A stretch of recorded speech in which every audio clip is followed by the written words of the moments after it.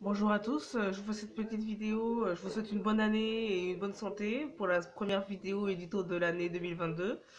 Je vous fais cette petite vidéo sur Bolloré et ses affaires en Afrique.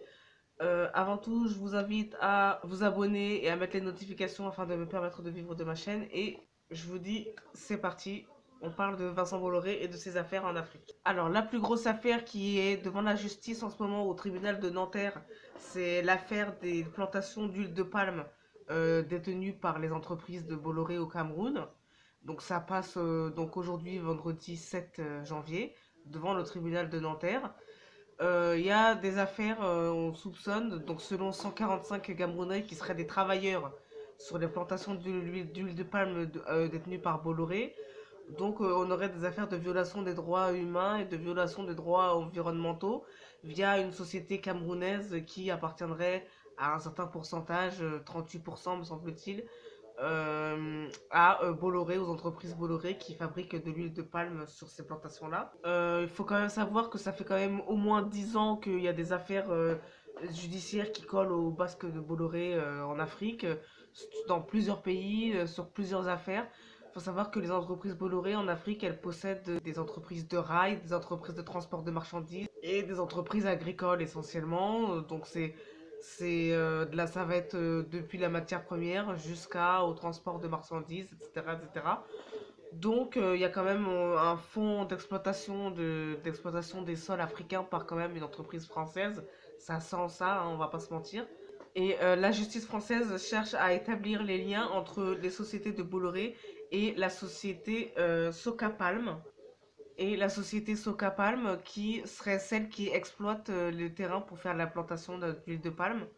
Et donc c'est cette société qui est accusée d'avoir violé les droits humains, les droits des salariés et les droits environnementaux dans la fabrication d'huile de palme. C'est cette société camerounaise-là. Or, comme elle appartient pour partie à Bolloré, il s'agit des salariés, pour les salariés d'obtenir des compensations de la part de Bolloré aussi pour les mêmes violations de la société Socapam, donc la société camerounaise. Donc voilà, les sociétés de Bolloré, elles sont implantées depuis les années 80 dans les territoires africains, dans 46 pays africains, dans divers secteurs du commerce. Donc comme je disais, ça va être les sociétés agricoles, ça va être le transport, ça va être le rail, le train, les transports de marchandises, les containers, etc., etc.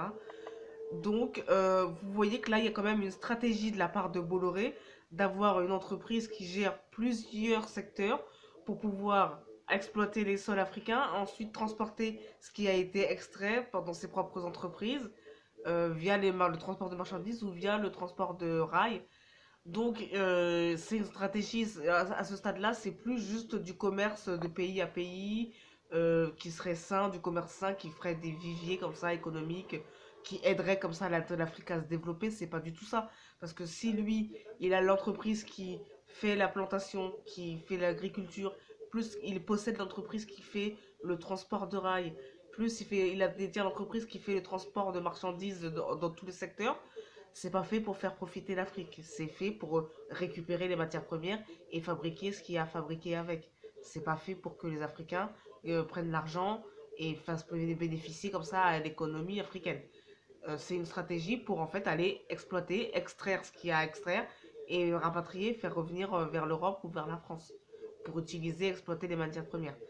Donc déjà, on sait qu'on n'est pas dans une dans une stratégie de coopération avec les États ni avec les entreprises africaines.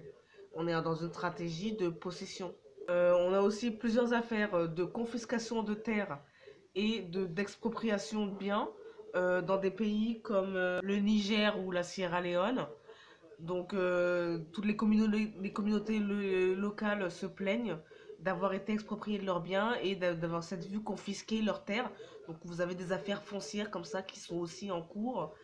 Donc, vous voyez, ça alimente encore cette idée d'exploitation des terres africaines dans l'intérêt des Français et pas dans l'intérêt des Africains, c'est-à-dire les communautés locales, les gens qui vivent là. Et enfin, on a aussi quelques affaires de corruption, notamment en ce qui concerne le Togo et la Guinée, puisque dans ces affaires-là, Bolloré, il est soupçonné d'avoir aidé les chefs d'État du Togo et de la Guinée, donc en l'occurrence Alpha Condé et Gnassingbé, donc de les avoir aidés à obtenir le pouvoir via son agence de communication qui s'appelle Havas, par de la sous-facturation notamment, et en échange d'avoir obtenu un accès au port de ces pays-là. Donc il y a aussi ça qui est jugé en affaires judiciaires. Donc ça veut dire que là on en est encore, c'est-à-dire que ça démontre que pour certains on en est encore à la logique qui a prévalu pendant la colonisation, voire pendant l'esclavage. Alors moi je ne suis pas là pour dire que les Européens ont une dette éternelle et doivent payer éternellement la colonisation et l'esclavage et qu'on ne doit pas passer on doit pas faire la paix et on ne doit pas passer dessus, on doit s'arrêter là et considérer que les blancs sont tous responsables. Non, c'est pas mon discours. Je dis que la logique coloniale existe encore, de fait. Via les sociétés de Bolloré, on voit que les sociétés de Bolloré, elles ont été faites pourquoi? Pour extraire les matières premières, pour les récupérer, pour après aller fabriquer pour les besoins européens.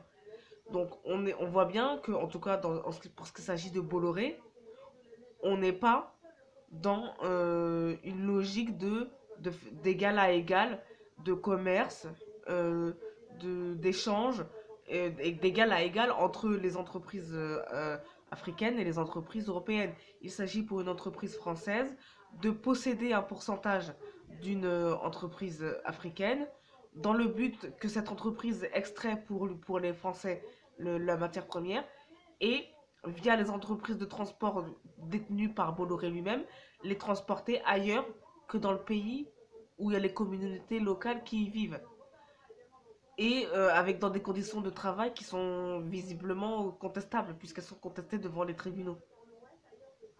Donc ça veut dire qu'il y a quand même un problème. On n'est pas là pour faire bénéficier aux gens du travail et de l'argent qui circule, puisque c'est une question d'argent aussi. Donc, on n'est pas là pour que les salariés gagnent de l'argent en travaillant. On n'est pas là pour que les entreprises africaines prennent l'argent en travaillant, en faisant du commerce. On n'est pas là pour qu'il y ait un échange entre les entreprises françaises et les entreprises africaines dans les pays, dans les différents pays. On n'est pas là pour faire évoluer l'économie africaine. On est là dans les intérêts de la France, dans des pays qui sont censés être souverains. Et donc, si c'est des pays souverains, donc se pose aussi la question, puisqu'il n'y a pas que Bolloré dans l'histoire, il y a tous les chefs d'État qui autorisent, africains, et aussi cette histoire de quand est-ce que les chefs d'État africains prendront leur souveraineté au sérieux. À quel moment font-ils en sorte que les intérêts de leur propre pays passent avant les intérêts de la France? Parce qu'en fait, Bolloré, c'est un chef d'entreprise, et éventuellement on a des choses à lui reprocher, mais la souveraineté de l'État de chaque pays, normalement, il y a un chef de l'État qui est censé l'assurer, cette souveraineté. C'est pas le rôle de Bolloré d'assurer la souveraineté du Togo, de la Guinée et de la Sierra Leone. C'est pas le rôle de Bolloré de faire ça. Donc, il faut qu'il y ait un inventaire et qu'on remette tout à plat et qu'on revoie les rôles de chacun. Et il faut que l'autorité des États africains soit remise au centre du jeu. Parce que c'est une question de respect après, parce que c'est comme ça qu'après les gens viennent t'exploiter ton pays, tes terres, tes matières premières et que toi tu laisses passer. Voilà, c'est la fin de cette vidéo et je vous dis à bientôt en 2022 pour une nouvelle vidéo.